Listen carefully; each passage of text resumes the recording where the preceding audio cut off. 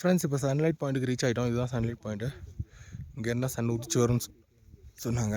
ஆனால் என்ன பிரச்சனைனா இன்றைக்கி பயங்கர மேகமாக இருக்குது. மீன் பனி ரொம்ப ஜாஸ்தி. ஸோ இந்த இதுக்குள்ள சன் தெரியாது, கொஞ்சம் கஷ்டம்தான். முடிஞ்ச அளவுக்கு முயற்சி பண்ணுறேன். என்னோடய ஒரு ஃப்ரெண்ட் இருக்கார்ல பிபி, அவர்கிட்ட ட்ரைபாட் கேட்டிருக்கேன். கிடச்சதுன்னா இன்னும் நல்லாயிருக்கும். பிபி பிபி ஐ நீட் ட்ரைபாட் प्लीज। ये आगे ये बिल्कुल सेंटर तो स्लीविंग होता वहाँ है अभी देख नहीं रहा है பாருங்க. எல்லாரும் இப்போ ரீச் ஆகிட்டாங்க. கிட்டத்தட்ட எல்லாருமே மேக்ஸிமம் ஆளுங்க ரீச் ஆகிட்டாங்க. இன்னும் கொஞ்சம் பேர் வர வேண்டியிருக்கு. நல்லா இருக்கு.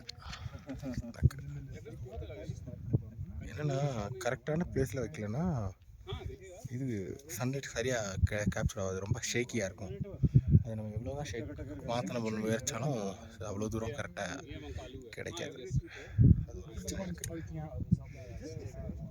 பார்ப்போம். இப்படிட்ட கேட்டிருக்கோம்ல, கிடைக்கும் தான் போகிறோம். நான் அது டவர்னு நினச்சேன். இட்ஸ் நாட் டவர் யா. நான் அங்கே தூரமாக இருக்கிறது டவர் நினச்சேன். அது ஒரு மரம்.